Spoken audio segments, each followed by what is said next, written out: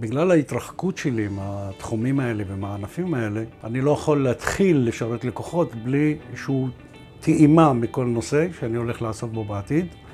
וחיפשתי גופים שונים, כל מיני חברות שמבצעות השתלמויות. התעניינתי מאוד בפרקטיקה.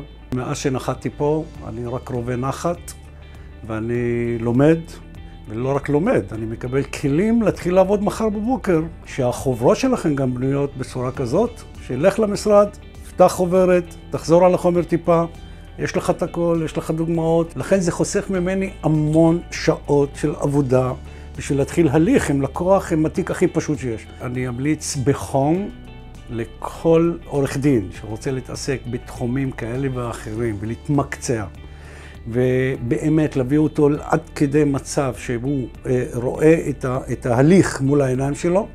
כל מה שקשור להליך מבחינת תקנות סד"א, חוקים, פסקי דין, איך אתה מביא את כל המקשה הזאת לכדי תחילת עבודה ושירות לאותו לקוח.